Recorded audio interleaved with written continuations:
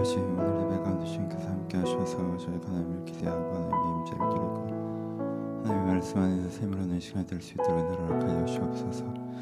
저희가 살아계신 하나님을 기대하며 살아계신 내 가운데 다시 한번 샘을 얻는 시간이 되게 하여 주옵소서. 저희가 하나님 안에서 다시 한번 소망을 바라보며 위로를 얻고 새로운 날을 얻는 시간이 되게 하여 주옵소서. 아버지, 이 시간 저희 안에 정돈되지 않아 가끔은 저희 영혼에 상성같이 않은 작은 되었던 것들이 있다면 오늘 그 개념을 새롭게 하며 저희들의 맺혔던 믿음이 풀어지는 시간이 되길 바랍니다. 아버지, 우리 안에 맺혔던 믿음들이 풀어지고 하나님의 은혜가 다시 한번 새로워지는 시간 되길 바랍니다. 아버지, 우리 가운데 말씀하여 주옵소서. 우리 가운데 은혜를 허락하여 주옵소서. 주님께 다시 우리 가운데 세임을 허락하여 주옵소서. 주님께 우리 가운데 일하시길 소원하며 소원하오니 아버지, 우리 안에 찾아와 주옵소서. 주님을 기대합니다. 주님을 소망합니다. 아버지, 저희가 다시 한번 시작할 수 있도록 아버지, 우리 가운데 은혜를 허락하여 주옵소서. 그들을 일하시는 예수님의 이름으로 기도합니다. 하나님 아버지, 저희가 오늘도 주님 앞에 섭니다. 하나님께서 우리 가운데 찾아오시길, 말씀하시길, 인도해 주시길, 세임 주시길, 하나님께 우리를 사랑해 주심을 저희가 믿고 누리기를 기대하며 예배 앞에 섭니다. 아버지, 각 사람 가운데 주님께서 찾아가셔서 이 시간 하나님의 은혜로 새롭게 되는 귀한 시간 되게 하여 주옵소서. 예배 가운데 이렇게 함께 하시길 소원하오며 살아계신 예수님의 이름으로 기도합니다. 아멘. 함께 나눌 말씀은 전도서 2장 4절에서 11절 말씀입니다. 전도서 2장 4절에서 11절. 전도서 2장 4절에서 11절 말씀.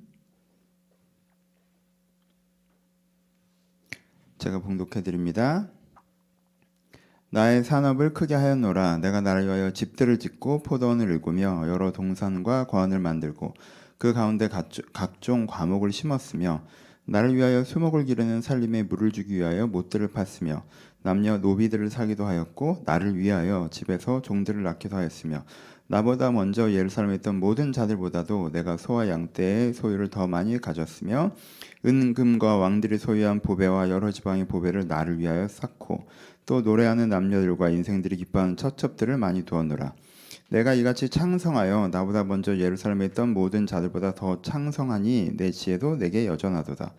무엇이든지 내 눈에 원하는 것을 내가 금하지 아니하며 무엇든지 내 마음에 즐거워하는 것을 내가 막지 아니하였으니 이는 나의 모든 수고를 내 마음이 기뻐하였음이라. 이것이 나의 모든 수고로 말미암아 얻은 몫이로다. 그 후에 내가 생각해 본즉 내 손으로 한 모든 일과 내가 수고한 모든 것이 다 헛되어 바람을 잡는 것이며 해 아래서 무익한 것이로다. 아멘. 안녕하세요. 안녕하세요. 예, 오랜만에 뵙겠습니다. 반갑습니다. 현장에도 그래도 몇 분 더 나와주셔서 반갑고요. 온라인에서 만나 계신 분들도 되게 반갑습니다. 저도 2주간 온라인 예배에 같이 참여를 했었는데 온라인 예배 드려보니까 생각보다 좋더라고요. 그래서 이게 전달이 되는구나 라는 걸 오히려 이제야 조금 느끼기도 했습니다. 오래 하신 분들은 좀 덜 느끼신 분들도 있겠지만 그래서 지금 온라인으로 함께하고 계신 분들 여전히 은혜 받으실 거라고 기대하고 함께하는 마음 있습니다. 또 저도 이제 멀리서 온라인 예배를 드려보니까 멀리서 함께 하시는 분들 마음도 제가 좀 더 가까이 느껴져서 여러분들에게도 동일한 은혜가 있을 것으로 제가 또 기대하는 마음도 생겼습니다. 같은 기대를 가지고 말씀을 나눠보도록 하겠습니다. 2주의 텀이 있었지만 저희가 행복 시리즈 하고 있었거든요. 기억하시죠? 우리 행복 시리즈 하고 있었습니다. 그래서 그것을 이어가 보도록 하겠습니다. 그래서 행복에 대한 이야기, 그 중에 오늘은 사치의 가치라는 제목으로 사치에 대해서 이야기를 해보도록 하겠습니다. 기억하시죠? 행복이 뭐라고 했죠? 정의만 반복해 볼까요? 내가 원하는 것들을 경험할 때 느끼는 기쁨이라고 했습니다. 그렇죠? 내가 원하는 것을 경험할 때 느끼는 기쁨이 행복이에요. 뭐 대단한 거 아니에요. 그냥 내가 원하는 걸 경험할 때 느끼는 기쁨이 행복이에요. 그리고 그럼 크게 그건 5가지로 나눠진다고 했어요. 그래서 관계, 일, 놀이, 사치, 건강. 뭐 별거 없어요. 그냥 이 5가지 거의 다 들어가요. 그래서 관계가 좋으면 행복하고, 내가 좋아하는 일을 하면 행복하고, 그렇죠? 놀면 행복하고, 사치스러우면 행복하고, 그리고 이건 기본이죠. 건강해야 행복하고, 그렇죠? 건강하다고 행복하진 않지만 건강해야 행복하죠. 그래서 기본적으로 사실 4개 건강 베이스니까 그래서 5개로 우리가 행복을 느낀다라고 말씀드렸습니다. 그래서 저번에 관계에 대한 얘기를 드렸고 두 번째로 사치에 대한 이야기를 해보도록 하겠습니다. 그럼 사치는 뭐죠? 사치는 필요를 넘어서는 충분의 소비가 사치입니다. 이건 딱딱하지만 해봅시다. 여러분 외워야 되니까. 필요를 넘어서는 충분의 소비가 사치입니다. 그러니까는 필요해서 하는 게 아니라 필요는 없는데 필요는 없어요. 없어도 돼. 근데 이게 즐겁고 편하고 아름답기 때문에 즐겁거나 편안하거나 아름답기 때문에 내가 행하는 소비 활동 이게 이제 사치입니다. 그렇죠? 외우실 수 있죠? 국어예요. 그러니까는 사치는 뭐다? 필요를 넘어선 충분의 소비. 그것이 즐겁고 편안하고 아름답기 때문에 내가 하는 소비 활동이 사치입니다. 그렇죠? 그래서 본문에 보시면 솔로몬의 사치가 나와요. 근데 약간 이건 어나더 레벨이긴 한데 그건 솔로몬이 부자라 그런 거고 이렇게 의미 위주로 봅시다. 그럼 뭐 하는 거예요? 다시 볼까요? 나의 산업을 크게 하였노라. 내가 나를 위하여 집들을 짓고 포도원을 일구며 여러 동산과 과원을 만들고 그 가정에 각종 과목을 심고 나를 위하여 수목을 기르고 살림에 물을 주어 못들을 팠고 이게 다 뭐예요? 인테리어예요. 그렇죠? 그냥 편하게 얘기하면 뭐 하는 거예요? 집을 대단하게 지어놓고 그 앞에 정원을 쫙 만들어 놓고 그 옆에 연못 파고 그 옆에 과수원 짓고 그렇죠? 그 당시 할 수 있는 최대 좋은 집을 만든 거죠. 제일 좋은 집. 요즘은 제일 좋은 집이 어딘가? 그렇죠? 진짜 좋은 집을 만든 거. 그럼 이 좋은 집이 어떤 집이에요? 어떤 집이에요? 아름답고 편하고 그리고 즐길 수 있는 집이죠. 그렇죠? 그 다음에 뭐 했어요?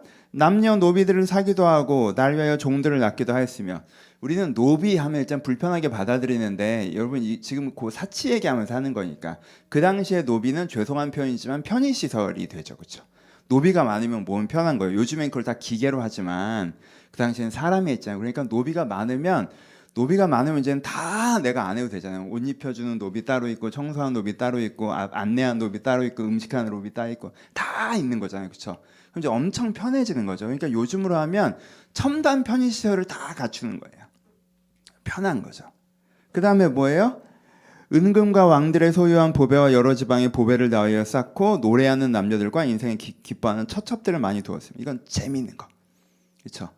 그러니까 보석류. 보면 즐거운 보석류. 그 다음에 뭐 하는 거예요? 여러 지방의 보배, 특산물. 어디엔 뭐가 좋대? 야 거기 가면 뭐 먹어봐야 되는데 거기 가면 어떤 옷이 이쁘대? 뭐 그런 거 있잖아요. 그렇죠? 그 나라 가면 뭐 옷을 사야 되는데 이 나라 가면 가방을 사야 되는데 이 나라 가면 뭐가 특산물이래. 그건 있잖아요. 그거 싹 다 하고 여러 노래하는 남녀들 이건 공연, 문화 이런 거 그렇죠? 이건 뭐 현대사회에서는 좋은 거 아니에요. 기뻐하는 처첩들 그렇죠? 자기가 즐길 거리들, 즐길 수 있는 관계들 이런 것까지 다 이제 한 거죠. 그렇죠? 그러니까 솔로몬이 하는 게 뭐 되게 넘사벽이긴 한데 그레이드를 보지 마시고 내용적으로 보면 간단하죠. 그렇죠? 뭐에 대한 거예요? 솔로몬이 뭐란 거예요? 자기가 사치를 하죠. 뭐 하려고? 아름다운 거, 즐거운 거, 편한 걸 위해서 사치를 하는 거에 대해서 얘기하고 있어요. 그렇죠? 그러니까 이거는 그 밸류는 다르지만 되게 넓고 일반적인 개념이에요, 여러분. 여러분들 다 사치하시잖아요. 사치가 별건가요? 여러분, 먹고 살려고 먹는 게 아니라 맛있는 거 먹으면 사치예요. 맛있는 거. 그냥 탄수화물, 지방, 달벤지 딱 이렇게 해서 그냥 먹는 게 아니라 그냥 맛있다 이렇게 먹는 거. 그렇죠? 어디 가서 맛있으니까 돈 더 주고 먹는 거. 야 그거 맛있대 해서 사서 먹는 거. 사치예요. 그렇죠? 따뜻하고 가리려고 입는 옷이 아니라 이쁘게 입는 옷. 여러분 오늘 옷 입고 오신 분들 중에 현장에 계신 분들도 오늘 따뜻하고 가리려고만 입으신 분이 뭐 어디 있어요? 다 이쁘게 입고 왔구만. 그렇죠? 이쁘게 입고 왔잖아. 그렇죠? 다 이쁘게 입고 왔어요. 사치죠. 그렇죠?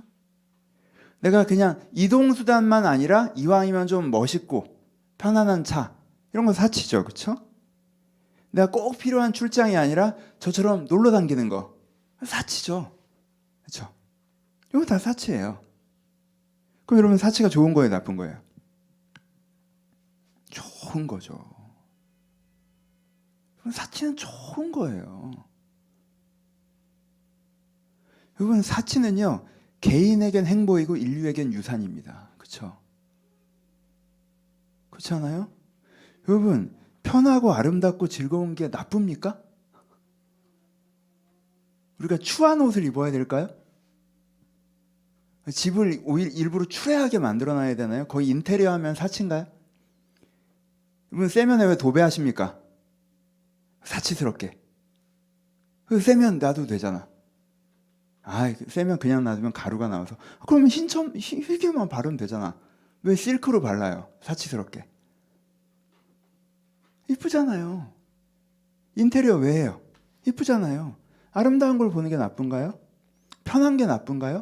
즐거운 게 나쁜가요? 안 나쁘죠. 아름답고 편하고 즐거운 걸 경험하면 우리가 어떻게 해요? 기쁘죠. 행복하죠. 여유가 생기죠. 힘이 생기죠. 목사님 제가 아름다운 걸 봤더니 영적으로 굉장히 타락하는 것 같고 이런 사람 있어요? 목사님 내가 편안해졌더니 내면이 기갈하고 이런 사람 있습니까? 여러분 힘들면 내면이 더 기갈해요. 편하면 마음의 여유가 좀 생기고 아름다운 거 보면 사람이 정서적인 에너지를 좀 얻고 재밌으면 스트레스가 좀 해소되고 마음의 먼지가 털려나가고 그렇잖아요. 그렇죠? 아름답고 재밌고 편한 거 사치 개인에게 좋죠. 인류에게 유산이죠. 여러분 대단하다고 하는 그림들, 음악들, 모차르트, 르네상스 시대의 고전 예술들 그거 다 돈으로 한 겁니다. 그렇죠? 그래서 그 당시 귀족들이 돈 줘서 한 거예요. 그거 다 사치 때문에 생긴 겁니다. 위대한 건축물들 그거 다 사치잖아요. 그렇죠? 지금 엔터테인먼트 산업들, 영화, 드라마 다 사치죠. 그거 없어도 되잖아요. 그거 필요합니까? 아니에요. 필요 없어요. 그게 다 뭐예요? 인류의 유산이죠. 그렇죠? 문화와 문명이 다 어디에서 발전해요? 사람이 초가집에 딱 삼시세끼 먹으면 됐지. 그럼 문화가 발전해요? 문명이 발전해요? 발전 안 하죠. 문화와 문명이 다 어디서 발전해요? 잉여자산에서 발전하고 사치에서 발전하는 거죠. 그렇죠? 그러니까 사치는 뭐예요? 개인에게 행복이고 인류에겐 유산이죠. 그러니까 사치는 뭐예요? 좋은 거예요. 솔로몬이 뭐라고 합니까? 딱 사치스럽게 산 다음에 여기서 솔로몬이 이렇게 사치를 누린 게 죄였습니까? 하나님께서 솔로몬이 사치스럽게 했다고 심판하셨나요? 아니죠. 솔로몬의 사치에 대해서 하나님은 축복의 상징으로 말씀하시죠. 그렇죠? 그 당시 예루살렘은 은이 돌처럼 흔하게 굴러다녔다 라는 것들을 긍정적으로 묘사하고 있습니다. 성경 분명히. 은은 돌이었어요. 그 당시 예루살렘에. 얼마나 현금 흐름이 좋았는지 그때 무역으로 예루살렘이 대박이 났거든. 그러니까 세계 무역의 딱 가운데 서서 그 마진을 다 먹었단 말이야. 그러니까 여기 돈이 그냥 다 부자였어요. 다 부자였어요. 그때. 축복의 상징으로 얘기해요. 그래서 솔로몬도 뭐라고 얘기합니까? 내가 마음에 즐거워한 것을 막지 아니하였더니 그것은 나를 타락시켰다고 얘기해요? 아니요. 이는 나의 모든 수고를 내 마음이 기뻐함이라. 이 사치가 어땠다고 그래요? 기뻤다고 그래요. 내 마음이 기뻤다. 그 다음에 뭐라고 해요? 이것이 나의 모든 수고로 말미암아 얻은 내 몫이다 라고 그래요. 내가 하나님 앞에 잘 살아서 내가 이 몫을 얻었고 이 몫을 누리는 게 내가 기쁘다 라고 얘기해요. 그렇죠? 거기에 한마디를 더하는 거예요. 하지만 헛되다. 여러분 그게 행복의 가치와 한계라고 그랬죠. 행복은 의미 있지 않아요. 여러분들 아무리 행복해봐야 여러분들은 의미가 없어요. 그건 행복은 감각이라니까. 행복의 의미가 없어요. 여러분은 행복해도 무의미한 삶이에요. 그거 여러분들이 행복하니까 의미가 있다고 생각하면 큰일 나요. 나 행복하니까 난 잘 살고 있다. 잘 사는 거랑 행복한 거랑 뭔 상관입니까? 난 행복하니까 성공한 인생이다. 그거랑 무슨 상관이에요? 그거랑은 상관이 없죠. 그건 헛돼요. 행복은 헛됩니다. 행복은 의미에 대한 게 아니에요. 하지만 행복은 좋은 거죠. 그렇죠? 좋은 거예요. 그래서 뭐예요? 사치는 좋은 거예요. 이게 솔로몬이 얘기하는 행복론이고 우리가 사치를 바라보는 관점이어야 됩니다. 그렇죠? 그러니까 여러분 되도록이면 조금 더 사치스럽길 축복합니다. 진짜 좋잖아요. 좀 더 편안하게, 좀 더 아름다운 것들, 좀 더 즐겁게 이런 삶에 그런 게 있길 바라요. 근데 왜 이렇게 사치를 나쁘게 얘기할까? 우리는 사치하면 왜 나쁜 거라고 교육받았을까? 왜 당연히 하나님이 사치를 싫어한다고 생각했을까? 이게 오해가 있어요. 이게 구별을 잘 하셔야 되는데 사치를 나쁘다고 한 적은 없고요. 사치에 대한 주의사항을 되게 얘기를 하세요. 왜냐면 사치가 이게 자동차 같은 거라 운전 잘못하면 오히려 사람 망치거든. 그렇잖아요. 자동차가 편리하고 좋은 건데 운전 잘못하면 인생 망치잖아요. 그렇죠? 큰일 나죠. 다른 사람한테 피해 줄 수도 있고. 그러니까 운전을 잘해야 되잖아요. 자격증이 필요하고. 그렇죠? 그런 것처럼 사치는 약간 그런 부분이 있어요. 사치는 운전처럼 잘하면 나한테 좋은데 내가 함부로 하면 나와 타인에게 피해를 줘요. 그래서 사치는 주의사항이 있어요. 그래서 성경은 사치의 주의사항을 강조합니다. 주의사항이 4가지예요. 첫 번째, 사치가 목적이 되면 안 돼요. 인생에. 이건 아까 얘기한 거죠. 솔로몬이. 사치는 헛되해. 근데 사치가 이렇게 사람한테 기쁨을 주다 보니까 사람들이 가끔 이걸 인생의 목적처럼 착각할 때가 있어. 내가 더 돈 많이 벌어가지고 내가 더 재밌게, 더 화려하게, 더 아름답게, 더 편하게 살면 그게 내 인생의 목적이 달성되는 것처럼 생각할 때가 있어. 이런 바보 같은 생각을 할 때가 많단 말이야, 사람들이. 그걸 뭐라고 하죠? 그건 아니지. 그건 헛되지. 여러분 그런 기분 느낄 때 있죠? 예전보다 경제적으로 좋아지고 뭔가 풍성하게 살다 보니까 인생에 뭔가 다 이루었다 이런 감정선 느낄 때 있죠? 그게 죄예요. 그런 무슨 상관일까 도대체? 그건 문제죠. 그걸 문제라고 하는 거예요. 내가 행복해도 아직도 가야 할 길이 많아요. 인생 행복하려고 사는 게 아니란 말이에요. 행복은 인생의 목적이 아니에요. 행복은 인생의 옵션이지 행복은 인생의 기본이 아니란 말이에요. 내가 선하고 사랑하며 사는 게 인생의 가장 중요한 것이고 행복이 옵션인데 좀 행복하다고 뭐나 된 것처럼 생각하면 그게 문제라고 얘기하는 거예요. 행복이 인생의 목적이 되는 거. 행복이 인생의 목적인 사람들은 그 다음에 뭐 합니까? 행복 갖고 비교하죠. 나 쟤보다 행복한 것 같다. 나 쟤보다는 안 행복한 것 같아. 이런 거 갖고 뭐라고 하는 거죠. 나 쟤보다 행복한 것 같아. 그럼 인생에 뭔가 자기가 뭐 다 잘하고 있는 것 같고, 난 쟤보다 안 행복한 것 같아. 그럼 내가 뭐 잘못 살고 있는 것 같고, 그런 무슨 상관이야 도대체? 그런 거, 그걸 문제시하는 거예요. 두 번째, 뭐가 문제냐? 사치의 문제. 두 번째, 이건 제일 일반적으로 얘기하는 거. 여러분, 필요의 소비가 있고 충분의 소비가 있는 거죠. 그러니까 뭐가 우선돼야 돼요? 필요의 소비를 하고 나서 남은 여유분으로 생존의 소비, 충분 소비를 해야 되죠, 그렇죠? 필요의 소비를 먼저 해야 된단 말이에요. 근데 사치에 너무 맛이 들리면 어떤 사람들은 무슨 짓을 해요?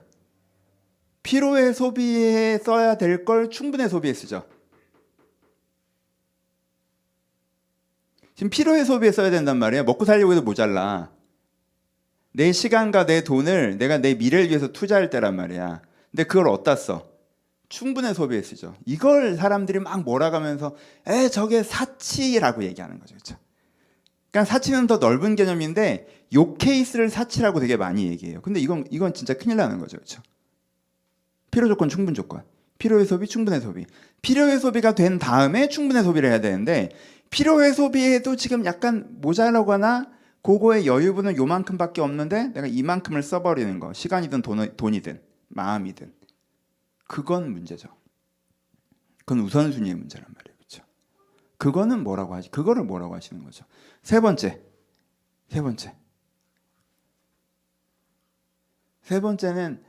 사치는 남들 봐가면서 해야 돼요. 사치는. 그러니까 나는 막 여유가 많아가지고 충분의 소비를 막 해도 돼. 근데 옆에 사람들은 필요의 소비가 안 돼서 다 죽어나가.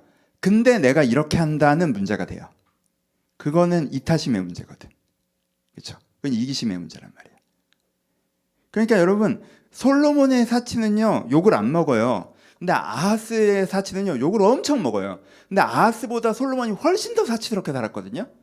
근데 솔로몬은 욕을 안 먹어요. 오히려 솔로몬 쟨 진짜 넌 대단하다 막 이런 식인데, 아하스는 가옥을 연하여 짓고 그 집을 그렇게 네가 또 짓고 하면서 욕을 엄청 먹어. 솔로몬이 지었던 집보다 훨씬 조그만 집이었는데. 왜? 그때 이스라엘 유다 사람들은 먹고 살기 어려웠는데 왕이 사치를 했고, 이때는 이 왕이 온 나라 사람들 다 잘 먹고 잘 살게 해주면서 자기는 더 그랬으니까 이건 문제가 없는 거거든. 그러니까 사치가 언제 문제냐? 내가 어떤 영향력을 가질 수 있는 위치, 조금 더 많이 갖고 있는 사람인데 좀 베풀면서 사치도 해야 되는데 그걸 다 다른 사람들은 내 주변 사람들이나 내 여건상 다 사람들이 지금 말라 죽고 있는데 나만 잘 먹고 잘 사는 건 뭐라고 하죠? 그건 사람이 좀 이기적이잖아, 그렇지? 그래서 사회 지도층 인사들이나 귀족들이 일반 백성들이 다 어렵게 사는데 끝까지 자기 사치를 포기하지 않고 뭐 그건 실제 그런 말을 안 했다고는 했지만 밥이 없으면 케이크를 먹으면 되는 거 아니야? 이런 식의 사고 방식에 빠져 있으면 그거는 뭐라고 하는 거예요? 왜냐하면 그건 이기심의 문제니까. 그렇죠? 그러니까 여러분 사치 자체는 문제가 없어요. 오늘 개념 설명하는 시간인데 사치 자체는 문제가 없어요. 사치는 좋은 거예요. 이건 가능하면 인류가 모두 사치스럽게 하는 게 제일 좋은 거잖아. 인류가 다 아름다운 집에 살고 맛있는 거 먹고 편안하게 지내고 재밌게 놀고 얼마나 좋아요. 그렇죠? 이렇게 하는 게 제일 좋은 거예요. 그렇죠? 이게 제일 좋은 거라고. 그러니까 사치는 나쁜 게 아니에요. 그러니까 언제만 문제냐? 언제가 문제냐? 그게 인생의 목적이 될 때. 그게 막 인생의 자본주의. 자본주의는 이게 인생의 목적이니까. 두 번째. 내가 필요에 써야 되는 걸 사치스럽게 필요에 써야 되는 걸 충분히 쓰고 있을 때 사치스러움. 그걸 사치스럽게 이렇게 얘기하면 그 경우. 세 번째, 남들이 힘든데 나 혼자 그러고 있을 때. 요거는 기본적으로 문제가 있다라고 얘기를 하는 거예요. 그렇죠? 사치 자체는 괜찮은데. 이해가 되시죠? 이제 개념 설명이 충분히 됐어요. 이제는 조금 적용적인 얘기를 합시다.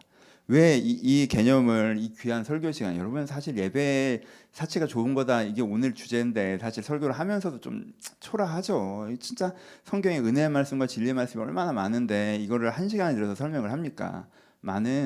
이게 여러분 여기에 대한 개념이 여러분들 잘 안 박혀 있는 게 여러분들의 영혼의 생선 가치가 되는 걸 제가 경험을 해서 이걸 설교로 다루면서 얘기를 해드리는 거예요.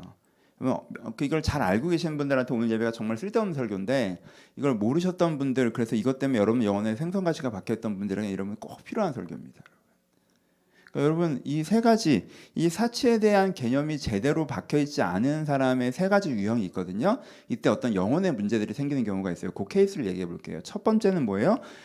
성경에서 가장 많이 하는 케이스고 저도 강조하는 케이스고 한국교회가 강조하는 케이스가 뭐예요? 이건 앞으로도 할 거기 때문에 오늘은 얘기를 안 할게요. 사치에 과도한 의미를 부여하는 거죠. 그 인생의 목표와 기준으로 삼는 거. 이건 문제예요, 여러분. 여러분들 그럴 때 있으시죠? 저도 그럴 때가 있고요. 먹고 살만하고 재밌고 즐겁게 살면 내 인생에 뭔가 다 된 것처럼 여기가 좋사오니 목적지에 도착한 것처럼 생각하는 거. 이건 거기 목적지가 아니에요. 우리는 행복의 나라로 가는 게 아니라고. 진리와 사랑의 나라로 가는 거지. 그렇죠? 우리는 행복의 나라로 가는 게 아니에요. 행복은 그렇게까지 대단한 게 아니라고. 그러니까 그게 기준이 되고 그게 목적인 것처럼 생각하지 마세요. 그거 갖고 비교하고 막 우월감과 열등감 그러지 마세요. 그렇죠? 이게 첫 번째. 이 얘기 워낙 많이 하죠. 앞으로도 할 거고. 근데 오늘은 이제 좀 안 하던 얘기를 하려고 하는 거니까. 두 번째. 사치에 대한 개념이 제대로 박혀 있지 않기 때문에 생겨난 두 번째 목적은 뭐냐면요. 검소함이 하나님의 뜻이고 사치를 죄라고 생각하는 거예요. 이거에 대해서 오늘 좀 지루하지만 얘기를 합시다. 어떤 사람은요, 검소함이 하나님의 뜻이고 사치는 죄라고 얘기해요. 그분들이 주로 핵심으로 잡는 구절들이 있어요. 그걸 좀 설명을 좀 할게요. 잠언 19장 10절을 많이 얘기하세요. 미련한 자가 사치하는 것이 적당하지 못하거늘 하물며 종이 방백을 다스림이라. 이 말씀을 가지고 성경이 사치를 나쁘다고 얘기한다고 얘기하신 경우가 있어요. 여러분 다시 읽어드릴게요. 이거는 뭐 일반적인 논쟁을 제가 설명하는 거라 이 논쟁 자체를 모르시는 여러분한테 되게 지루하고 의미 없는 거겠지만 나중을 위해서 설명을 좀 해놓을게요. 미련한 자가 사치하는 것이 적당하지 못하거늘 하물며 종이 방백을 다스림이라 라고 말씀하시죠. 이 구절이 사치 자체를 나쁘다고 해요? 아니면 미련한 자가 사치하는 걸 나쁘다고 해요? 미련한 자가 사치하는 걸 나쁘다고 하는 거죠. 그렇죠? 종이 방백을 다스리는 게 잘못됐다고 얘기하는 거예요. 그러니까 거꾸로가 맞다는 거죠. 방백이 종을 다스리는 게 맞다는 거예요. 그럼 앞에도 거꾸로로 생각해야 되는 거예요. 미련한 자가 아니라 지혜로운 자가 사치를 누려야 된다는 거예요. 그렇죠? 그럼 뭐가 잘못됐다는 거예요? 미련한 자, 그렇죠? 잘못된 생각을 하고, 성경에서 미련한 자는 잘못된 생각을 하고 게으른 사람 미련하게 많이 표현하거든요. 잘못된 생각을 하고 게으르게 사는 사람이 뭔가 돈을 많이 갖고 사치스럽게 사는 건 세상에 문제가 있다는 거예요. 사치 자체가 잘못됐다는 얘기가 아니라. 그렇죠? 이건 사치 자체의 문제를 얘기하는 구절이 아니에요. 또 로마서 2장 12장 3절도 얘기하세요. 이거 진짜 이해가 안 가. 나는 내게 주시는 은혜로 말미암아 너희 각 사람이 말하노니 마땅히 생각할 그 이상의 생각을 품지 말고 오직 하나님께서 각자에게 나누시는 주신 믿음의 분량대로 지혜롭게 생각하라 라는 것들을 검소함으로 해석하는 경우가 있어요. 근데 그건 저는 약간 해석 자체가 약간 이런 생각이 들어요. 이건 검소함에 대한 건 아니죠. 부르심에 대한 거죠. 그렇죠? 이건 부르심에 대한 구절이에요. 이걸 검소함으로 해석하는 건 조금 핀트가 어긋나는 거예요. 세 번째, 야고보서 5장 5절을 얘기하세요. 너희가 땅에서 사치하고 방종하여 사륙의 날에 너희 마음을 살찌하였도다. 야, 야고보서에 되게 정확하게 얘기하잖아. 너희가 사치하고 방종하여 사륙의 날에 너희 마음을 살찌게 했어. 사치가 나쁜 거야 라고 말씀하세요.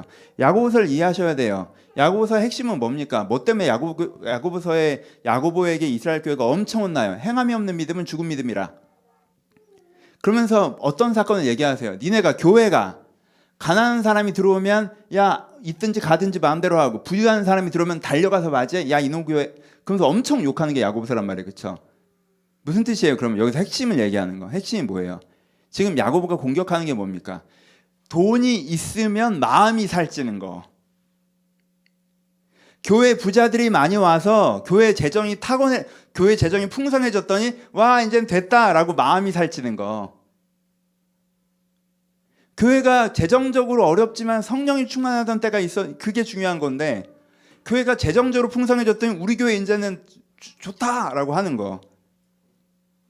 하나님 보시기엔 지금 심판받을 짓을 하고 있으면서 이거 갖고 뭐라고 하는 거죠? 사륙의 날에 너의 마음을 돈으로 살찌게 한 거. 그러니까 돈 때문에 마음이 살찌는 게 문제라는 거예요. 그렇죠? 그러니까 이건 사치 자체에 대한 구절이 아니에요. 또 많이 얘기하시는 게 마태복음이에요. 마태복음 10장 9절과 10절. 너희 전대에 금이나 은이나 동을 갖추지 말고 여행을 위하여 배낭이나 두벌 옷이나 신이나 지팡이를 갖지 말라. 이는 일꾼이 자기 먹을 것을 받은 것이 마땅함이라라고 얘기해요. 예수님께서 제자들을 전도 여행에 보내시면서 전대나 금이나 은이나 동이나 갖추지 말고 배낭이나 두벌 옷이나 갖지 말고 옷 한 벌이나 신발 한 켤레 있으면은 다 이게 그리스도인의 삶의 태도다. 내가 집도절도 없어도 내가 옷 한 벌 입고 신발 한 켤레 있으면은 내가 다 있는 거다. 이게 검소한 거. 예수님께서 검소함을 가르치셨다라고 얘기하는 거예요. 글쎄요. 그런가요? 여러분 이건 지금 어떤 구절이에요? 예수님께서 12 제자들을 전도대로 보내시면서 하시는 구절이에요. 그렇죠? 전도대로 보내시면서. 그러니까 여기서 핵심은 뭐예요? 하나님의 일을 하는데 돈이 없어서 못한다고 생각하지 말라는 거예요. 그렇죠? 그럼 예수님의 사역팀이라고 하는, 예수님께서 3년 동안 사역팀을 이끄셨는데 진짜 두벌옷도 안 갖고 예수님께서 사역팀을 이끄셨습니까? 아니요. 예수님의 사역팀은 회개가 있었고요. 후원금을 받았어요. 가룟 유다 그중 일부를 띄어먹을 정도로 돈이 꽤 있었다고. 그러니까 이 구절을 그렇게 해석하는 거에 문제가 있어요. 여러분 그리고요. 예수님께서는요. 사치스러워서 비판받으셨어요. 누구에 비해서? 세례요한에 비해서. 요 앞전 선지자는 메뚜기랑 석청만 먹는데 예수님께서는 그렇게 포도주를 드시고 금식도 안 하시고. 그래서 이 선지자에 비해서 너무 검소하지 않은 거 아니야? 예수님이 이런 비판을 받았던 분이에요. 그러니까 예수님의 검소함을 가지고 너희가 이렇게 얘기하기는 조금 어려움이 있어요. 그러면 예수님께서 그 세례요한처럼 하셨어야 이런 얘기가 좀 가능한 부분이 있죠. 그러니까 재미없는 얘기 길게 해드려서 죄송해요. 그리고 여러분들이 별로 아예 이런 주장과 논쟁을 몰랐기 때문에 이제 별 의미는 없겠지만 나중에도 막연하게 여러분들이 머릿속에 성경은 검소하라고 가르친다고 여러분들이 갖고 있는 생각 때문에 이 얘기를 드리는 거예요. 성경 구절을 갖고 오세요. 성경 어디 검소하게 사는 게 의롭다고 말씀하시는지 갖고 오세요. 없어요. 성경은 검소하면 의롭다고 얘기하지 않습니다, 여러분. 물론 사치가 은혜의 필수 조건은 아니에요. 하지만 충분 조건에 들어갑니다. 하나님의 부르심을 받으면 모든 사람에게 사치스러운 복을 주시는 건 아니에요. 어떤 사람들은 그런 복을 안 받아요. 왜냐하면 그건 그렇게까지 중요한 건 아니니까. 하지만 하나님께서 주신 옵션에 들어가요. 엘리야는 사치스럽게 못 살았어요. 대신 영적 권능의 복을 받았죠. 굳이 사치까지 안 주셔도 되죠. 아브라함은 아들을 기다리는데 되게 오랜 시간 기다렸어야 돼요. 대신 하나님께서 사치의 복을 주시죠. 솔로몬은 하나님의 영광의 전성기를 이루었어요. 그 전성기를 일어날 때 풍성함을 표현하기 위해서 사치의 복도 주세요. 그래서 사치는 하나님의 복의 핵심은 아니지만 하나님께서 옵션 중에, 그렇죠? 우리가 옵션을 여러 가지 선택하잖아요. 하나님께서 A에게 축복하실 때, 아, 너한테는 그러면 일단은 은사의 복, 관계의 복, 사명의 복 줄게. 오케이. 너한테는 그럼 사명의 복, 그리고 관계의 복은 빼고 그럼 내가 사치의 복 줄게. 그러니까 사람마다 옵션이 있단 말이에요. 하나님께 주신 복에. 그러니까 옵션을 1번부터 10번으로 풀세트로 받는 사람도 있지만 풀옵션으로 받는 사람도 있지만 보통 하나님께 주시는 옵션 중에 두세 개의 축복을 우리가 받고 살아가잖아요. 그렇죠? 그러니까 가장 근본적인 영원 구원의 은혜와 사랑의 은혜와 소명의 은혜와 이렇게 제일 중요한 건 다 주시고 그거는 기본 옵션이니까 제일 중요한 거 주시고 별로 안 중요한 거는 두세 개씩 나눠주신단 말이야. 근데 그 중에 하나 들어가는 게 사치라고요. 그러니까 그렇게까지 대단한 건 아니지만 나쁜 건 절대 아니에요. 그렇죠? 그러니까 성경에서 검소함이 맞고 사치는 틀렸다. 사치 들어가면 안 된다. 이건 아니에요, 여러분. 그건 위험한 생각이에요. 그건 기독교 정신이랑 저는 반대로 가는 거라고 생각해요. 세 번째, 그럼 사치에 대한 감각에 이제 세 번째 얘기를 하려고 이렇게 돌고 돌아온 건데, 그러면 그러면 세 번째는 무슨 한쪽은 사치를 인생의 목적으로 삼는 잘못된 거, 사치가 잘못되고 검소한 걸 추구한 거, 이것도 잘못된 거. 그럼 세 번째 뭐냐? 세 번째 잘못된 생각이 뭐냐면, 이건 좀 결과론적으로 좀 이렇게 설명을 좀 드리고 싶은데 여러분들이 가장 많이 도달해 있는 지점이라고 생각하는데 한국교회는 표현이 맞나? 하여튼 일반적으로 어떻게 하냐면 일반적으로 저도 그렇게 배웠고 어떻게 가르쳤냐면 저도 옛날에 그렇게 가르쳤고 그러니까 이게 말씀은 검소해야 된다라고 말씀을 하세요. 사치하면 안 돼. 검소해야 돼. 라고 말씀하시는데 그분들이 막상 그렇게 검소하게 살진 않아요. 그렇죠? 그러니까는 자동차 타시고 좋은 옷 입고 공연도 보러 가시고 여행도 다니시고 목사님들이 다 그렇게 하시는데 말씀을 전할 때만 검소해야 된다 이렇게 전하신단 말이에요. 약간 이중적인 태도가 있단 말이에요. 그렇게 검소함이 주님의 뜻이라고 하면 미국에 무슨 무슨 그 아마신가 마을 있잖아요. 아예 문명을 거부한 문명이 다 사치잖아, 그렇죠? 그러니까 문명을 거부한 아마시 마을처럼 딱 그렇게 검소하게 살면서 검소하게 살아야 된다라고 하면 2번의 문제가 생기는 건데. 근데 우리 한국교회 스타일은 어떠냐면 검소하게 살아야 된다 하면서 교회 인테리어는 최고급을 하고 약간 그런단 말이야. 그렇죠? 그리고 하나님께는 좋은 걸 들어야지 막 이런 식으로 한단 말이야. 그러니까 말이 살짝 안 맞는 거지. 그러니까는 실제 그분의 액션을 보면 과도한 사치가 문제라고 하시는구나라는 게 제대로 전달이 되죠. 절제하고 과도한 건 안 좋은 거야. 근데 말은 사치 자체가 나쁘다라고 이렇게 얘기해요. 그러니까 이중 메시지가 들어가는 거죠. 그러니까 대부분의 성도들이 어떤 생각을 갖고 있냐면요. 사치가 나쁘다고 생각하지만 추구해도 되기는 돼라는 이중적 태도를 갖고 있어요. 그럼 어떤 문제가 생겨요? 사치의 영역에 대해서 막연한 죄책감을 가지고 있고 이 문제를 하나님께 가져가질 않아요. 그렇다고 사치를 배제하거나 배격하지도 않고 추구하고 삶의 일부로 받아들입니다. 근데 그걸 좀 세속적이라고 느끼고 죄책감을 느껴요. 하지만 그걸 배제해야 된다고 생각하면 그건 좀 과도하다고 생각하고 지나치게 종교적이라고 생각해요. 그래서 이 사치의 영역에 대해서 본인 스스로가 이중적인 태도를 갖고 있는 성도님들이 굉장히 많아요. 그렇기 때문에 이 영역에 대해서 어떻게 합니까? 이 영역에 대해서 하나님과 상관없는 영역으로 내버려둬요. 이게 문제라는 거예요. 이것 때문에 이 설교를 하는 거예요. 여러분, 사치의 영역을 신앙 안으로 가지고 들어오십시오. 여러분들 사치의 영역을 신앙 안으로 가지고 들어오셔야 돼요. 막연한 죄책감. 좀 이렇게 내가 좀 부유하게 살고 좀 놀고 그러면 내가 하나님과 멀어진 것 같고 막연한 죄책감. 그래서 막연한 저항감. 이거 하나님 뺏어가면 안 되는데 나 이거 너무 좋은데? 저항감. 그럴 필요 없어요. 사치를 하나님의 영역으로 가지고 들어오세요. 그래서 여러분들이 조금 더 사치스러워져야 될 때는요. 간구하세요. 하나님 저 지금 너무 필요한데요. 하나님 너무 제가 지금 딱 필요한데 그래서 내가 좀 메마르는데요. 하나님 나 좀 힘들어요. 하나님 너무 필요한데요. 하나님 저 충분한 삶이 좀 필요한데요. 하나님 하나님 저에게 쉼을 주세요. 하나님 저에게 여유를 주세요. 하나님 저 이쁜 것 좀 보고 싶어요. 하나님 저 재밌는 것 좀 하고 싶어요. 하나님 좀 편하고 싶은데. 간구하세요. 주신 것에 누리세요. 그럼 기독교인들이 아까 했던 이중적 태도를 갖고 있잖아요. 그러면은요, 사치를 이렇게 누려야 되거든요. 이렇게 누려야 돼요. 근데 막상 누릴 땐 이거 별거 아닌데 뭐 그냥 이러면서 누리지도 못해. 그러지 마세요.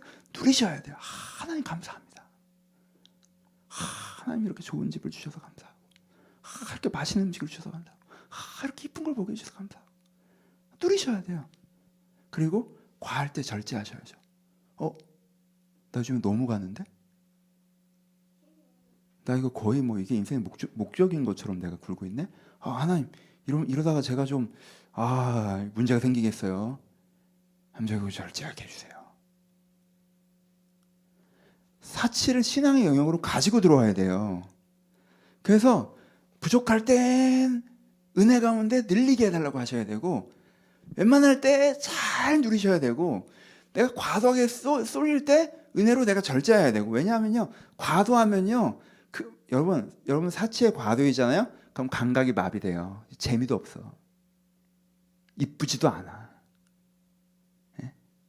그냥 그냥 무슨 진짜 걸신 들리는 사람처럼 계속 그러는 거지. 여러분 감각이 마비돼요. 사치에 과도해지면 그런 사람은 못 누려요. 남들 보기엔 그럴듯해 보이지만 본인은 그거 못 느껴요, 여러분. 과도하게 사치스럽게 사는 사람들, 인생의 목적인 사람들은 그거 못 느껴요. 그러니까 여러분들 행복하려고 하면요, 그걸 절제할 줄 알아야 되거든요. 그래 막 이렇게 느낄 수 있거든요. 그러니까 신앙 안으로 가지고 들어오셔야 돼요, 여러분. 이 사치를. 오랜만에 설교했더니 신나가지고 너무 길게 하네. 하나만 더. 이거는 매번 반복하는 얘기. 매번 반복하는 얘기. 근데 잊으셔서 잊어버리셨죠. 행복을 어떻게 해야 된다고 제가 말씀드렸어요? 추구해야 된다고 말씀드렸어요. 여러분 사치에 대한 바른 감각을 가지세요. 사치를 신앙 안으로 가지고 들어오세요. 그 다음에 사치에 대해 어떻게 하셔야 됩니까? 추구하셔야 돼요. 뭐가 추구가 아니라고 말씀드렸어요? 이건 지난번에 설명을 다 드렸어요. 체념하는 거, 게으른 거, 소극적인 거, 조급하는 거, 비교하는 거, 이건 추구하는 게 아니라고 그랬어요. 그렇죠? 나는 그냥 난 사치스러운 건 안 되는 것 같아. 체념하는 거. 그렇죠? 사실 더 사치스럽고 싶으면서. 더 사치스럽고 싶은데 안 될 거라고 포기하고 그냥 체념하니까 무기력해지는 거잖아요. 그건 추구하는 게 아니에요. 게으른 거. 여러분 사치스럽기 위해서 노력하셔야죠. 이게 그 공짜로 떨어집니까? 그게 뭐 하나님 나를 위한 것도 아니고 나 좋자고 하는 건데, 그걸 나 좋자고 하는 건 내가 좀 부지런해야 되잖아요. 그렇죠? 성실해야죠. 근데 내가 체념하는 거, 게으른 거, 소극적인 거, 그냥 감떨어지 기다리는 거, 계획을 세우셔야죠, 여러분. 사치의 계획이 있어야죠. 그렇죠? 계획을 세우셔야죠. 근데 소극적인 거, 조급한 거. 여러분 공부 못하는 친구들의 특징이 뭐예요? 공부 안 하다가 한번 하려고 하면 과도한 계획을 세우고 조급하게 굴어서 오버페이스하고 결국 못하죠. 그렇게 하면 못해요. 하루에 할 수 있는 분량이 있단 말이에요. 차근차근 해야 되는 거예요. 조급하면 안 돼요. 그렇죠? 조급하면 조금 해보다가 이렇게 돼요. 그렇죠? 조급하지 않는 거, 비교하는 거. 여러분 우리가 각자 자기의 삶에 투자하는 거. 쟤는 공부 너무 잘하는데 나는 이러고 앉아있네. 그건 공부하기 싫지.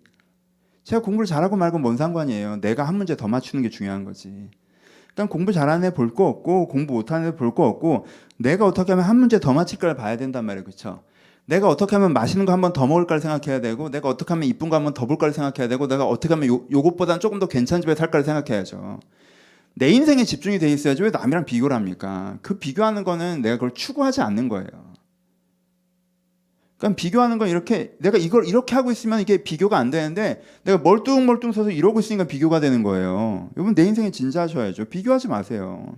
내 인생에 진지해야지. 지금 남이 공부 잘하는 거 못하는 거 무슨 상관이? 내가 한 문제 더 맞춰야지. 남이 더 사치스럽게 살고 덜 사치스럽게 사는 게 무슨 상관이에요? 내가 맛있는 거 한 번 더 먹어야지. 그러면 내가 어떻게 되는지 생각하셔야죠. 그렇죠? 어떻게 하셔야 돼요? 진지하셔야죠. 그게 진지한 거예요. 그렇죠? 이 얘기는 했어요. 이 얘기하면서 제가 행복 이 시리즈에 항상 반복적으로 이거는 매번의 본문이라고 말씀드렸어요. 오늘도 읽어드릴게요. 잠언 21장 5절. 부지런한 자의 경영은 풍부함에 이를 것이나 조급한 자는 궁핍에 이를 따름이라. 행복에 있어서는 이 구절이 황금률이에요. 부지런한 자의 경영. 여러분들 행복의 문제를 경영하셔야 돼요. 여러분의 사치의 이슈에 대해서 경영하셔야 됩니다. 여러분 사치의 이슈를 경영하지 않고 감떨어지 기다리지 마세요. 이번 검소함으로 자기를 누르면서 사실은 힐끔힐끔 보면서 나도 저러고 싶은데 이러고 있지 마세요. 여러분의 사치의 이슈를 경영하셔야 돼요. 그렇죠? 경영하셔야 됩니다. 내가 경영한다는 건 뭐예요? 이거 너무 많아요. 인간적인 얘기 할 거 많은데 이거 인간적인 얘기는 설교 시간 할 거 아니니까 여러분들 경영에는요, 여러분들 취향을 파악하는 것도 들어가 있고요, 그렇죠? 사람마다 감각하는 사치가 다르다고. 저는 좋은 물건 이런 건 잘 몰라요. 좋은 물건 이런 건 몰라요. 근데 저는 보는 거 좋아해요. 윤이 있지, 윤이야. 나 위키드 봤다. 난 그게 사치야. 야, 내가 뭘 보고 있나 싶더라. 그게 나한테는 사치라고. 자기 감각이 필요해요, 자기 감각. 내가 언제 이걸 되게 만족하는지, 좋아하는지, 그렇죠? 그걸 파악하는 것도 경영이죠, 그렇죠? 경영이에요. 그리고 내가 항상 얘기죠. 계획이 있는 목표를 세우라고. 그럼 내가 그거까지 하기 위해서 어떻게 해야 되는지. 이게 경영이죠. 근데 이 경영 다음에 뭐가 필요해요? 부지런한 자의 경영이죠, 그렇죠? 그러니까 내가 체념하고 뭔가 이렇게 감떨어지게 소극적이고 이럴 게 아니라 내가 부지런한 자의 경영으로 나의 사치의 문제를 이렇게 늘려가시려고 하시는 게 필요합니다. 이 부분은 제가 저번 설교에서 이 구조는 말씀드렸어요. 반복적인 거예요. 이 구조를 여러분들이 꼭 익히셨으면 좋겠어요. 행복을 추구하는 거. 그렇죠? 말씀 마칩시다.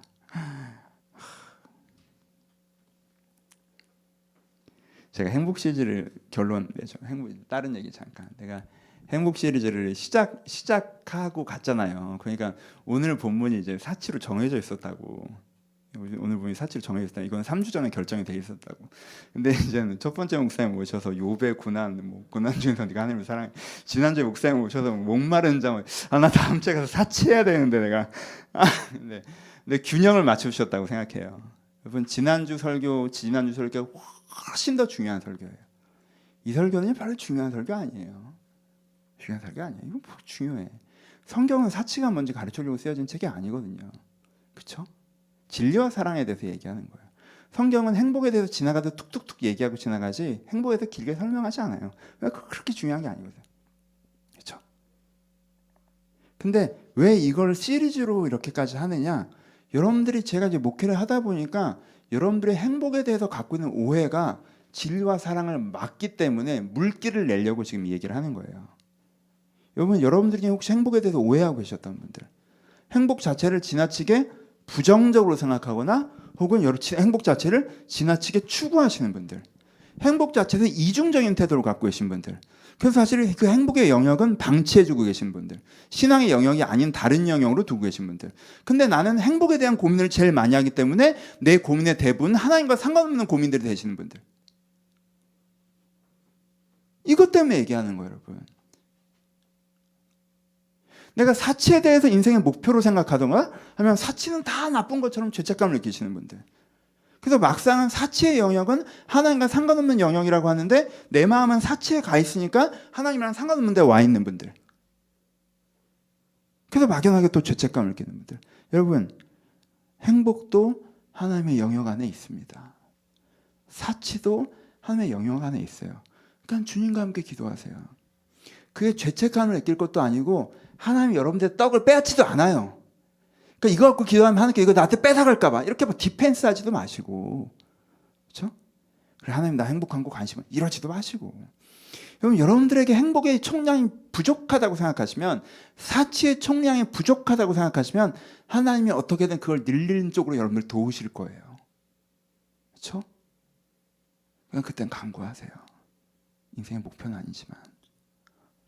여러분들 그렇게 너무 매몰되면 사치를 느끼지도 못하고 여러분들의 영혼에 해로워진다고 느끼잖아요. 그럼 하나님께 그것들을 좀 줄이라고 하실 거예요. 그거는요 정말 필요한 조언이에요. 그러니까 그때 떡 뺏기는 어린애처럼 디펜스 하지 마세요.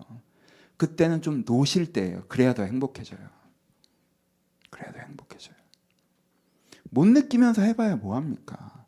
여러분 습관적으로 커피를 마시는 거랑 커피 마실 때마다 이거 맛있다 이렇게 완전 다르잖아요. 습관적으로 10번 마시느냐 맛있다 이렇게 3번 마시는 게 더 행복한 거라니까. 그냥 감각의 문제라고요.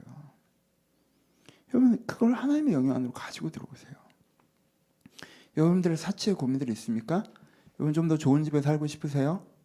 여러분 맛있는 거 먹고 싶으십니까? 멋있는 데 가고 싶으세요? 여러분들 취미 생활이에요? 막 그걸 즐거워하다가 거기서 신앙여행 꺼내면 막연하게 죄책감과 디펜스하는 마음이세요? 그러지 마세요. 그거 갖고 기도하세요.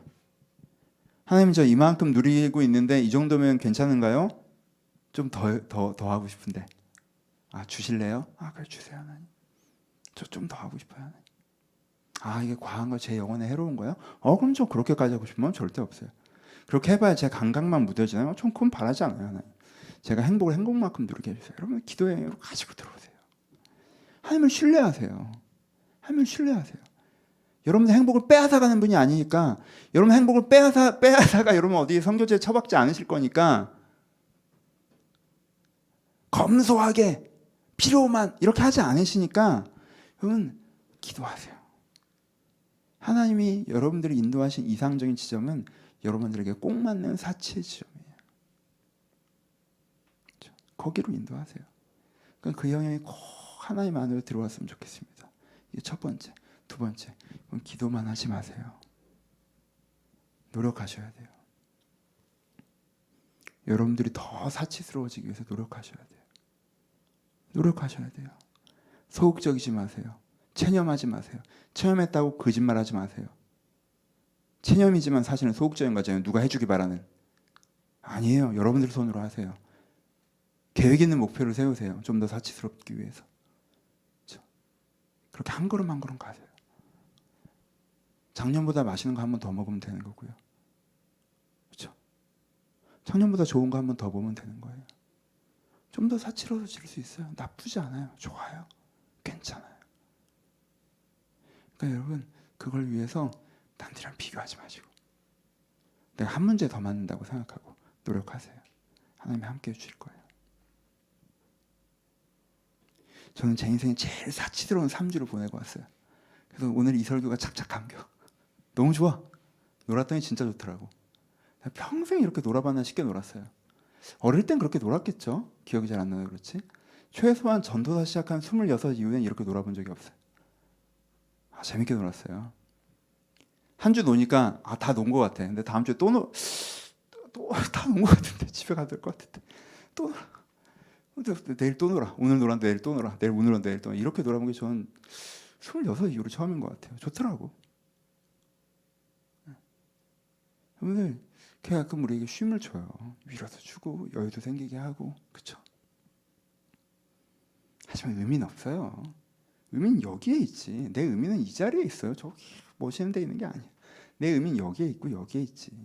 의미는 없어요. 근데 좋죠. 얼마나 좋아요. 언제 또 그렇게 놀아보나? 10년 후에 또 놀아볼까? 여러분들이 수고하라고 주신 날들을 수고하시고요. 여러분들을 하나님께서 더 기쁘게 하실 때 기뻐하십시오. 힘드시잖아요? 하나님 좀 쉬고 싶어요. 저에게 기쁨을 주세요. 저에게 여유를 주세요. 저에게 사치를 주세요. 또 기대하세요. 제가 축복하기는 원론적으로 여러분 모두가 지금보다 더 사치스러워지기를 축복합니다. 여러분들 조금 더 행복해지기를 축복해요. 하나님도 그러시다고 확신합니다. 여러분 하나님과 함께 이 영역을 하나님 없는 영역으로 만들지 마시고 하나님과 함께 다뤄갑시다. 그렇죠? 하나님이 여러분들의 이 행복의 정원을 빼앗아서 소명과 진리 이런 걸 다 채우지 않으시니까 하나님과 함께 갖고 나가세요. 하나님이 개입하시는 건 과도한 것만 개입하세요. 여러분들이 해롭기까지 그걸 추구하는 것만 개입하세요. 그리고 여러분들이 노력한다면 조금 더 사치스럽게 해주실 거예요. 항상 그 기대를 가지시고 주의사항은 특별히 주의하시면서 한 걸음 한 걸음 조금 더 행복해지시길 주님의 이름으로 축복합니다. 우리 같이 기도하시겠습니다. 반주 소리 조금만 줄여주시고요. 여러분 마음을 한번 들여다보세요. 피곤하십니까? 지치셨습니까? 충분 없는 피로의 삶에 좀 지쳐 계십니까? 그럼 구하세요. 하나님 좀 쉬고 싶다. 여러분들이 뭔가를 즐기고 있는데 이게 마치 하나님 반대편에 있는 것처럼 하나님 거 뺏어갈까봐 좀 전전긍긍하고 계십니까? 여러분 하나님 그거 안 뺏어가세요. 걱정하지 마세요. 여러분 그런 분들은 제가 이거 하나님과 함께 즐기길 바랍니다. 기도하셨으면 좋겠어요. 오늘 솔직하게 여러분들 과도하게 추구하고 계십니까? 그 여러분들의 우상이 됐나요? 회개합시다. 그건 여러분한테 해로워요. 여러분들 각자의 서 있는 행복의 자리에서 하나님께 기도했으면 좋겠습니다. 하나님 제가 간구합니다. 저에게 좀 더 사치를 주시옵소서. 하나님 제가 주님께서 주신 것을 기쁘게 누리길 소원합니다. 하나님 제가 요즘에 너무 과합니다. 저에게 절제한 은혜를 주시옵소서. 여러분 서 있는 그 자리에서 이 말씀 가지고 한번 같이 기도했으면 좋겠습니다. 기도하시겠습니다. 하나님 각 사람에게 주시는 인간적인 복들을 저희가 누리길 소원합니다. 각 사람에게 주는 인간적인 복들이 있을 터인데 아버지 그것들을 저희가 누리길 소원합니다. 아버지 각 사람에게 주시는 인간적인 복들을 저희가 아버지 하나님께 주시기를 소원합니다. 아버지 하나님께서 이들에게 필요한 인간적인 복들도 주시기를 소원합니다. 아버지 하나님께 주신 인간적인 복들도 주님께 주시기를 소원합니다. 아버지 한 사람 한 사람에게 이 세상을 살아가면서 느끼며 누릴 수 있는 것을 허락하여 주옵소서. 솔로몬만큼은 아니더라도 이들 가운데 아름다운 것들이 필요하다면 또 필요가 아니라 아름다운 것들을 원한다면 아름다운 것들도 허락하시고 편안한 것들을 원한다면 편안한 것들도 허락하시고 즐거운 것들을 원한다면 주님 그것도 허락하여 주옵소서. 이들이 이것들을 과도하게 추구하고 우상으로 삼지는 않되 하나님께 이 땅에 살면서 누리라고 주신 복락들을 누릴 수 있는 사람들일 수 있도록 이들을 축복하여 주옵소서. 이들 가운데 배려하여 주옵소서. 하나님 여러 가지로 마음이 공비하여서 아버지 거기서 위로를 얻고 쉼을 얻고 있습니다. 아버지 주님께 주신 선물이라고 느끼고 이들이 기쁘게 그것들을 누릴 수 있도록 누림의 복도 허락하여 주옵소서. 하나님 제가 생각하도 지금 어려운 아버지 조금은 조들리는 아버지 좀 어려운 상황 가운데 있습니다. 아버지 이들 가운데 하나님께 조금 더 은혜를 허락하시고 축복하셔서 아버지 삶의 여유를 허락하셔서 이들을 좀 누릴 수 있도록 아버지 은혜를 더하여 주옵소서. 아버지 은혜를 더하여 주옵소서. 아버지 은혜를 더하여 주옵소서. 아버지 이들의 각 사람이 필요한 이 복들을 허락하여 주옵소서. 이 말씀 정말 중요한 말씀은 아니지만 이 말씀이 살아있는 말씀이 되어서 영혼의 생선가시가 박힌 자들이 있다면 이 사치에 대한 잘못된 생각들로 아버지 앞에 서기를 부끄러워하거나 어려운 사람들이 있다면 그것들에서 벗어날 수 있도록 아버지 이들을 축복하시고 축복하여 주옵소서. 아버지. 여러분 오늘 말씀 어떤 면은 조금 더 편안하게 여러분들 개인의 기도 제목대로 기도하셨으면 좋겠습니다. 여러분들이 과도한 것이라면 내려놓으실 수 있을 것이지만 제가 알기로는 여러분들이 그리고 피로보다 조금 더 원하시고 계신 것인데 하나님 그걸 주시지 않으시겠습니까? 우리 한번 기도해 봅시다. 하나님 저에게 필요합니다. 하나님 이게 필요는 아니지만 제가 원합니다. 하나님 이거 어떻게 안 될까요? 여러분들 원하는 것들, 여러분들 필요한 것들을 가지고 개인의 기도 제목들 하나님 앞에 기도하기를 소원합니다. 기도하겠습니다. 하나님 개인의 기도 제목들을 가지고 하나님 앞에 기도하며 나아갑니다. 한 사람 한 사람 가운데 찾아오셔서 이들의 마음의 소원들을 이루어 주옵소서. 아버지 솔로몬이 나를 위하여 무엇인가를 할 때 하나님께서 그것으로 나쁘다고 하지 않으셨는데 하나님 이들 가운데 그런 것들도 허락하여 주옵소서. 아버지 저를 위로하셨듯 이들을 위로하시고 저를 축복하셨듯 이들을 축복하시고 저를 배려하셨듯 이들을 배려하시고 아버지 제가 깨닫게 하셨듯 이들을 깨닫게 하여 주옵소서. 이들 가운데 과도한 욕심에 사로잡힌 것들이 있다면 내려놓게 하시되 그것이 아니라면 기도하는 가운데 하나님과 함께 이루어진 감들을 경험할 수 있도록 하여 주옵소서. 아버지 하나님과 상관없는 영역에 나 행복의 영역이 되지 않게 하시고 하나님과 함께 이 부분을 다뤄가기를 소원하오니 아버지 주님과 함께 이 부분을 다뤄가기를 소원하오니 저희들의 기도의 제목들을 가누게 찾아오셔서 이들의 기도의 제목들을 가누게 찾아오셔서 주님께 우리의 기도의 제목을 들으시고 우리가 응답하신 분심을 다시 한번 경험하게 하여 주옵소서. 하나님 살펴주시옵소서. 하나님 저희의 미약함과 연약함과 피곤함을 아버지 저의 원함을 주님께 살펴주시옵소서. 주님께 살펴주시옵소서. 아버지 주님께 살펴주시옵소서. 주님께 살펴주시옵소서. 아버지 아이를 살피듯 이들을 살펴주셔서 이들과 남을 이들의 마음 넘쳐날 수 있도록 아버지 저가 은혜를 가지고 내려가여 주옵소서. 아버지 은혜를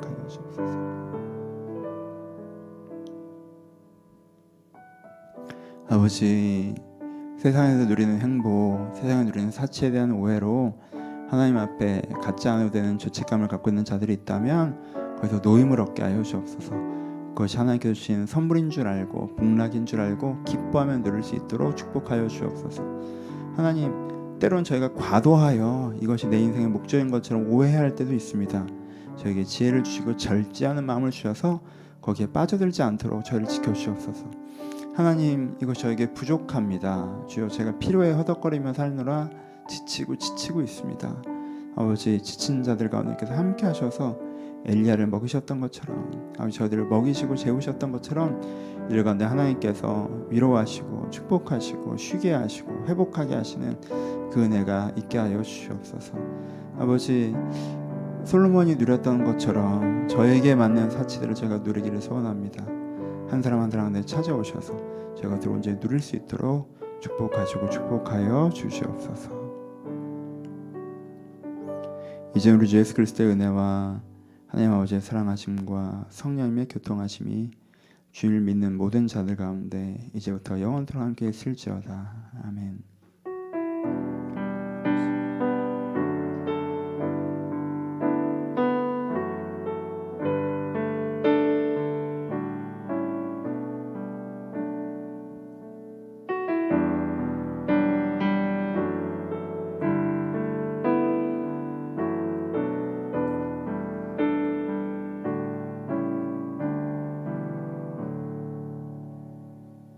서로 주님께 감사의 박수 하시겠습니다. 감사합니다.